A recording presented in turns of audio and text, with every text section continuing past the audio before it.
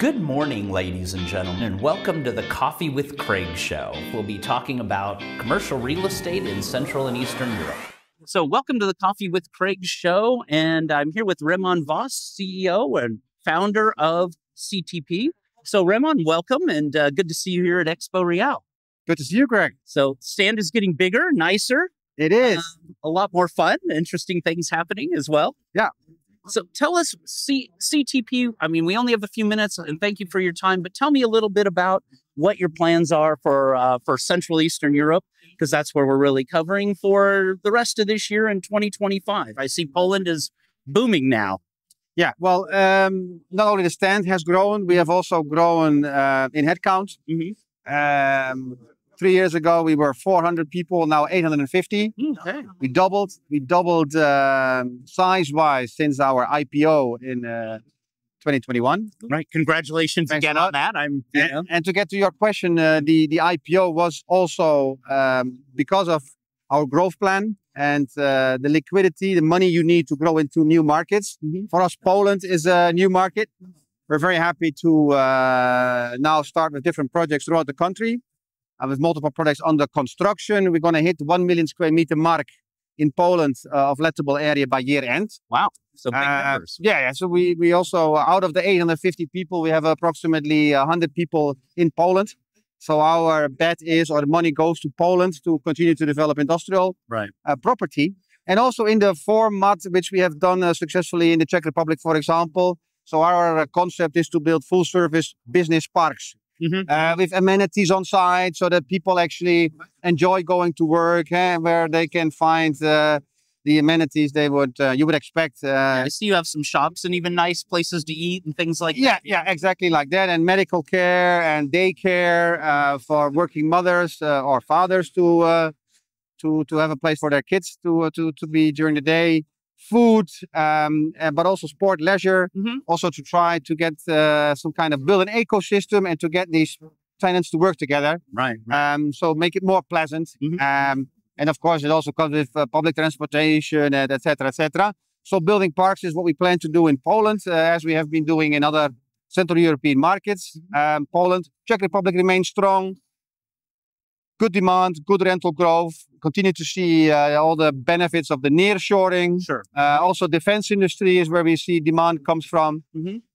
Besides the semiconductor industry, which is now happening in Dresden in Germany with TSMC and Bosch opening up a big factory, which obviously has a good spin-off and will create demand for industrial warehouse property in the region of Dresden. Right. And part of that will end up in the Czech Republic as well. Plus the markets where we have been strong traditionally, like locations like Brno, Ostrava, But also we see more demand for East Slovakia, maybe because of Volvo, but also other activities in that part of the world. The big BMW plant in Debrecen, so that corner. Right. Oradea, Košice, Debrecen, that part of got the steel works over there already. Still there. Yeah, that's also maybe this is one of the regions where we see more demand. And then I maybe mention Bucharest as well, because initially that's the end of Europe. Sure. But it's not entirely true. Many of our clients use Bucharest now as a regional hub. Right. So they do distribution logistics for Bucharest, Romania, but also for Bulgaria and further. Turkey, I would imagine Turkey. Right? Exactly. That's a pretty big market. Spot on. Because, Turkey, Bucharest to Istanbul is 450 kilometers. Right. So it's one-day drive. Infrastructure has improved a lot. This new road network. Yeah. So that becomes suddenly a location which you can do out of Bucharest. Right. Indeed. So, and the Turks were also interested in making it more convenient for Europeans to bring more goods and to do business there.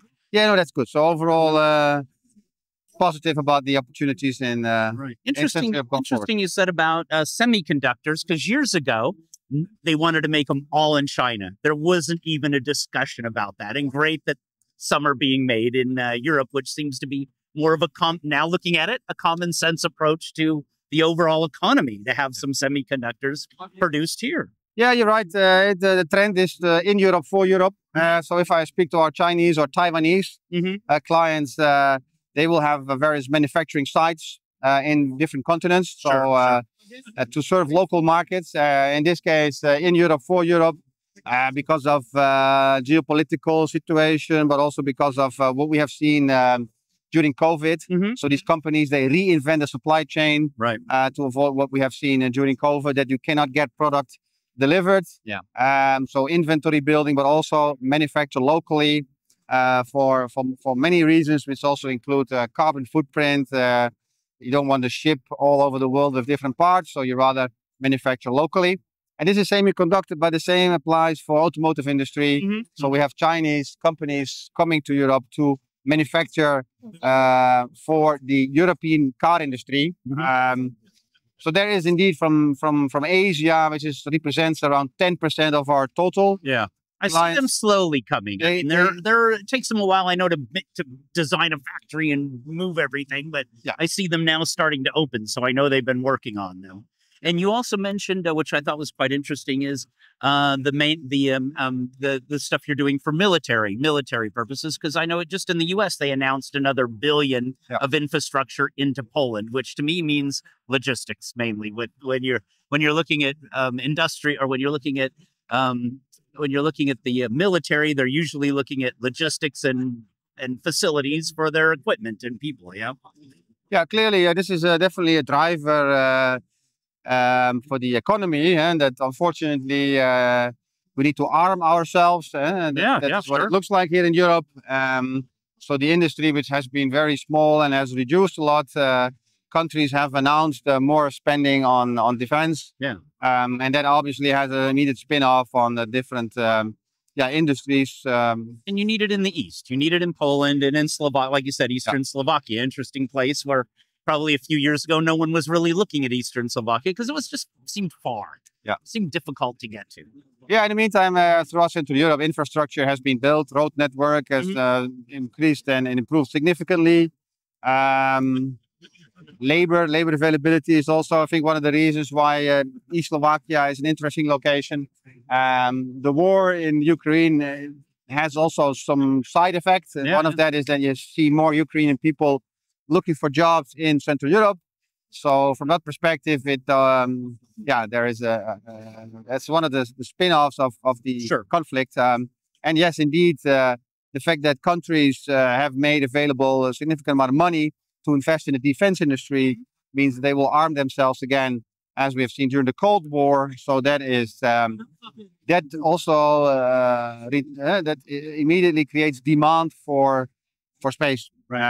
And that's what we see as well. And another question, I know you don't have so much time, but how are you working it? Because I know you had some projects where you were putting in residential near or on some of these parks. So I think you started that, do I want to say 4 or 5 years ago, maybe 5, 6 years ago? How is that working? Are you looking for prefabbed houses or prefab living? Is this something that you're going to integrate in general, or is it more people want to drive into work? No, as you said. So when we do a project, a business park, then we develop property, but our tenants will hire people, so create jobs. And people is then in demand. People who work in the warehouse or in the factory, and they need to be close. And they need to be close. So we do develop affordable housing as a side business to support our core business. What it does is you enable, or you give a solution for people who come from a distance to work in a location, and for them initially to find a place where they can live, affordable, safe, clean, for 6 months, 12 months until they find something for a bit more longer. And this is what we did in the Czech Republic initially. I remember that. But there's other places where we do the same thing. In Brno as well, which started initially as a student housing type of project and then became much more young professionals who would live in Brno for a year or so and would work for any of our tenants. So these affordable housing projects are being leased, and the tenants are our clients who say, okay, give me 20 apartments or give me 50 beds for my personnel, for my employees. To offer them a place to stay. And they're working at the factory. They don't want a two-hour bus ride. No, you don't want that. No. So this is what we do, and there is I think that is part of the infrastructure we provide.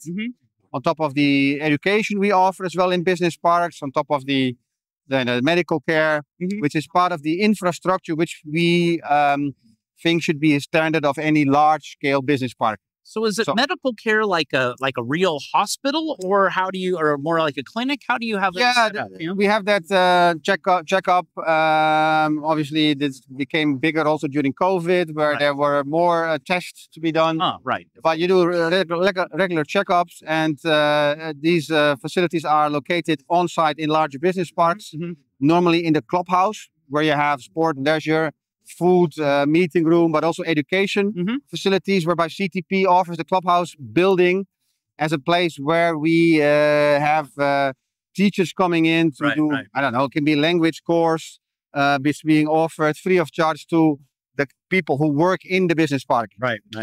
So also there we try to... so another good reason to lease. Space. Yeah, but also for us, I think as a long-term investors, a part of the community where we integrate, where we stay for long, because we don't sell. Our business model is to remain owners of the projects we develop. And obviously there also you do your best to be a good neighbor and to offer benefits to the community and to the people working in such a business park. So the education, as well as the housing, the medical care, etc., is part of the infrastructure we put in place to support the business park, but also to contribute to the community where we invest.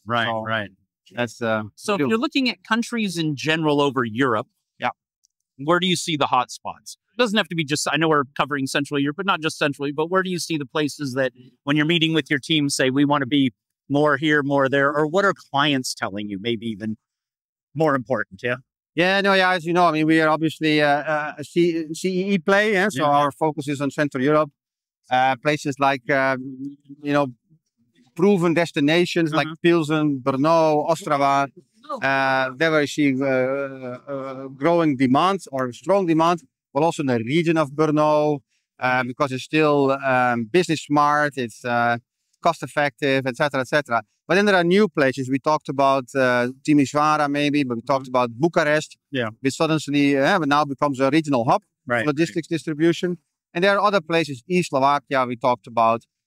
Poland, obviously, Upper Silesia is a place in big manufacturing. There is, but also from the amount of when you look at labor and the tradition, technical university, and engineering backgrounds. So that is definitely a region. Francois region makes a lot of sense. Yeah, absolutely. And so those are more the proven combination of new and locations where we have been, and we continue to invest. Serbia is a market which we entered a few years ago with a tenant. This is how it normally works. We have a tenant who build me something. Exactly. They're a happy tenant and they want something elsewhere. And then that's how we started in Romania and also how we started in Serbia. And that has proven to be very successful. It's a can-do mentality. The government supports our initiative. There's lots of infrastructure projects which have been done. Plenty of workforce, very nice attitude and culture. Definitely a market and a country where we see a lot of opportunity. And we have been one of the first movers there. So we also therefore we get a good amount of demand, especially from existing tenants whom we worked with in other markets before. So that is maybe a new location where we are growing pretty fast. Quite happy. No, I'm happy to hear you say that, because we cover Serbia. I've been covering it 15 years, and I go there quite a lot. And you always, if you watch the general news, it's always bad. It's Kosovo, it's pollution, it's this, it's that. But when you talk, or if you talk to people that are not there, oh, Serbia is probably terrible, or it's a black hole we saw. But everyone that's there investing or doing business, they're very happy with the government, with the issues. I mean, like I said, the news that's reported is always something bad. You never hear on the news, oh, something good happened. And I think it's great that the business people that are there, they're generally Austrians, loads of Austrians, but a lot of other, Germans and everyone else doing business. I haven't had anyone say they've really had a bad experience. Exactly what you said. The government's helped them. There's a lot of expansion, and the general people want to make it a good place. Yeah, very motivated. Yeah. So it's very pleasant environment. Yeah, I love going there because it's we're even meeting with one of the voivodas later from Serbia, and they're amazingly very I would say far ahead of many other countries, and just the thought of like, hey, we want to get investment here, we want to make sure it works, not just get the money and then we don't care, but make sure it works. And that's probably why you're doing so well there. You see it happening, and your clients see it happening. So good. Great. So Remon Vos, founder of CTP, thank you for joining me. I know you're busy today, so thank you for your few minutes of your time, man. Thanks for having me. We will see you at the next. Thank you. Click here to subscribe to the Coffee with Craig show, and don't forget to share it with your friends.